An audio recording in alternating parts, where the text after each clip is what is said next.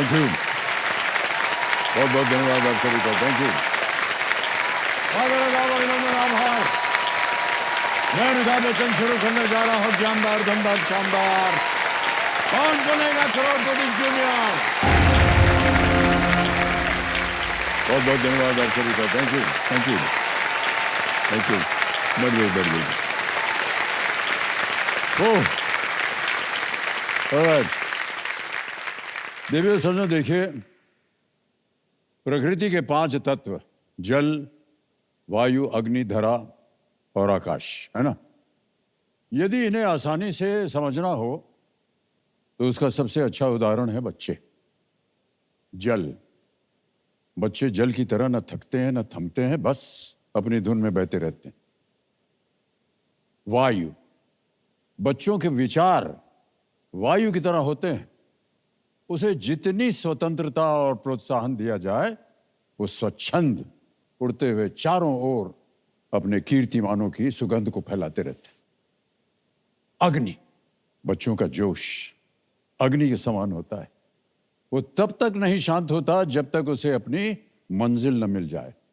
आकाश, बच्चों की जो बुद्धि होती है वो गगन की तरह विशाल होती है। उसमें ज्ञान की अपार संभावनाएं होती हैं और उनका मन इस भूमि की गीली मिट्टी की तरह होता है। उसे जिस माहौल में, परिवेश में ढाल दिया जाए वो उसी आकार में ढल जाते हैं।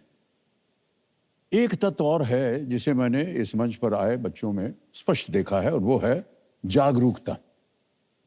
ये इतने स्पष्ट और जागरूक होते हैं कि उसे देखकर मैं दावे के साथ कह सकता हूं कि एक बहुत ही सुखद और समृद्ध समाज के निर्माता साबित होंगे। ऐसे ही जिज्ञासा और ज्ञान का भंडार लिए बैठे हुए हमारे सामने हमारे roll over contestant Anirudh Sahu ji. ये अब तक एक लाइफलाइन की सहायता से 10,000 पॉइंट्स अपने नाम कर चुके हैं और आज खेल की जो शुरुआत होगी तो यहां से आगे इनके साथ खेलेंगे। एक बार जोरदार तालियां हो जाएं इनके लिए।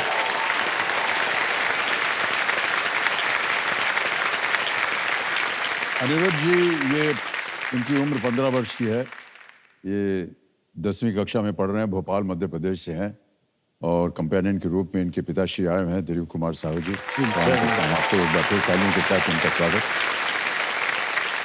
तो आज के जो एक्सपर्ट हैं उनके बारे में हम आपको बता दें। ये शौर्य चक्र से सम्मानित इंडियन आर्मी के रिटायर्ड कर्नल वेम्बू शंकर जी हैं।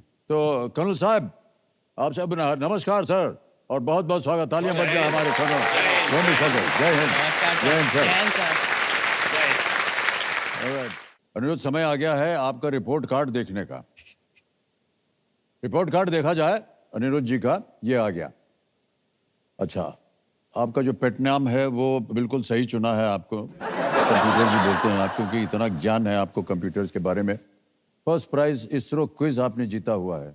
सर, इसरो हमारे यहाँ मास्टर कंट्रोल फैसिलिटी है भोपाल में। उधर पे ये एक प्रोग्राम होता है हर स्पेस वीक में, हर ईयर। तो उधर पे जाना मेरे लिए एक बहुत गर्व की बात थी एंड बहुत कम बच्चों को भी मौका मिल पाता है। तो मैं स्कूल की तरफ से गया था एंड फिर उनको पूरा इसरो की जो मास्टर कंट्रोल फैसिलिटी है भोपाल में, उसका एक टूर दिया जाता है। उधर पे बताया जाता है कि कैसे हर चीज़ वर्क करती है, एक रफ आइडिया दिया जाता है और कुछ मॉडल्स के बारे में बताया जाता है हमें। जैसे कि चंद्रयान के बारे में भी हमें वहाँ पे बताया गया था। उसके बाद फिर हमसे लिया जाता है एक क्विज, उसमें मेरे को मिला था ये। ओह, बहुत बहुत बधाई आपको भाई साहब। Thank you sir. अनिरुद्ध, जो आपका रिपोर्ट कार्ड था उसमें एक विषय था कि क्या आप डिसलाइक करते हैं, जो आपको पसंद नहीं। और ये था कि छोटे भाई होना आपको पसंद नहीं। ऐसा क्यों? सर, ऐसा इसलिए जैसे मेरा बड़ा भाई है, बीए सेकंड ईयर में है। ओके। और मैं मान लो कुछ कर रहा हूँ काम, तो ऐसे ही खाली बैठा है। तो कुछ भी काम होता है तो घर में माँ और पापा दोनों सिर्फ मेरा ही नाम लेंगे।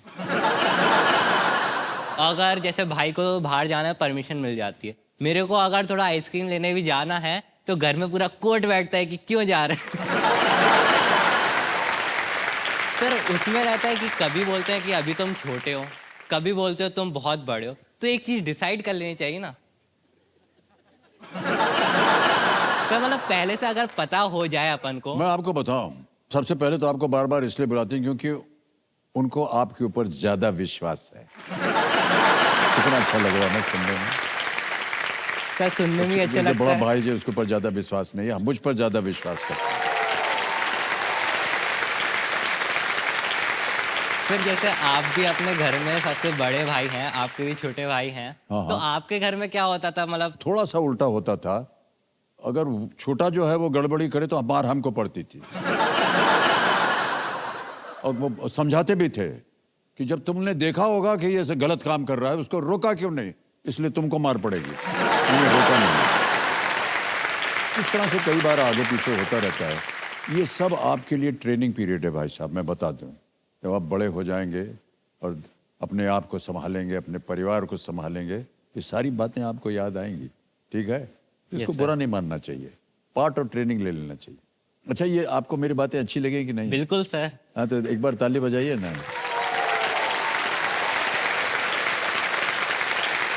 ओके, ऑलराइट अनिरुद्ध, ये अगला प्रश्न जो है ये 11वां प्रश्न है। इसको हम बोलते हैं जीरो रिस्क, क्योंकि अगर आपने इसका गलत उत्तर दे दिया दुर्भाग्यवश तो आप कुछ खोएंगे नहीं। 11वां प्रश्न, 6,40,000 पॉइंट आपकी स्क्रीन के ऊपर ये रहा।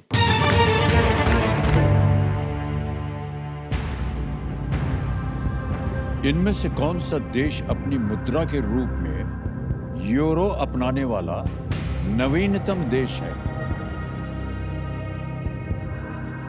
Which of these countries is the latest to adopt the euro as its currency? Okay? Option सुनिए। A, Lithuania, B, Estonia, C, Latvia, D, Croatia। समय समय आपके पास है, एक लाइफलाइन है एक्सपर्ट की। सर इस क्वेश्चन में मतलब मैंने ये नहीं पढ़ा है, मतलब ना कभी सुना है लेटेस्टली, क्योंकि मैं थोड़ा कंप्यूटर से ही थोड़ा रहता हूँ और न्यूज़ पे भी उतना ध्यान नहीं देता हूँ, तो इसका मेरे को कोई आइडिया नहीं है, तो मैं अपनी आखिरी लाइफलाइन लूँ। ओके, जो बची हुई लाइफलाइन है वो है आस्क द एक्सपर्ट। कर्नल साहब को एक बार फिर से फोन लगाया जाएगा, कर्नल वेमुशंकर जी को वीडियो कॉल लगाया जाए।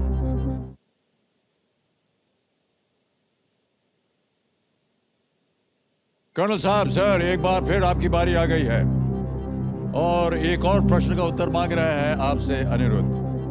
तो प्रथा तो आप जानते हैं क्या होगा, अगली आवाज होगी अनिरुद्ध की। अनिरुद्ध, आपका समय शुरू होता है। आप Which of these countries is the latest to adopt the euro as its currency? इनमें से कौन सा देश अपनी मुद्रा के रूप में यूरो अपनाने वाला नवीनतम देश है? Option A Lithuania, option B Estonia, option C Latvia, option D Croatia. Okay, मेरा हॉबी है स्टैम्प्स, करेंसी, ऑटोग्राफ्स, ये सब कलेक्ट करना, तो मैं इस पे काफ़ी इंटरेस्ट रखता हूँ। तो आप लकी हैं कि ऐसे एक क्वेश्चन आ गया। एक्चुअली आंसर क्रोएशिया है। इनका पहला करेंसी था आई थिंक पूना, KUNA बोलते थे उसको, पूना बोलते। मेरे पास उनका करेंसी का नोट है मेरे पास, और आई थिंक जनवरी के महीने में इनका चेंज हुआ था, यूरो में आ गए थे जैसे बाकी कंट्रीज हैं। तो आप क्रोएशिया लॉक कर सकते हैं, which is the newest, I mean the latest country to be adopted for euro. So option D, Croatia. Thank you so much sir. Sir मैं एक्सपर्ट के साथ जाऊंगा, प्लीज कर्नल साहब लॉक के साथ जाएंगे, ऑप्शन डी। डी क्रोएशिया कह रहे हैं, ताला लगा जाए डी पे। यस, कर्नल साहब इस आप छोड़ दीजिए। Thank you so much sir. बिल्कुल सही उत्तर दिया। क्रोएशिया जो है 20वां देश है, 20th कंट्री जिसने यूरो करेंसी को 1 जनवरी, और कर्नल साहब ने बिल्कुल सही कहा, 1 जनवरी 2023 को ये अपनाया था। उनकी पुरानी करेंसी, इसके बारे में कहा था कूना, और अब उन्होंने यूरो भी अपनाया है।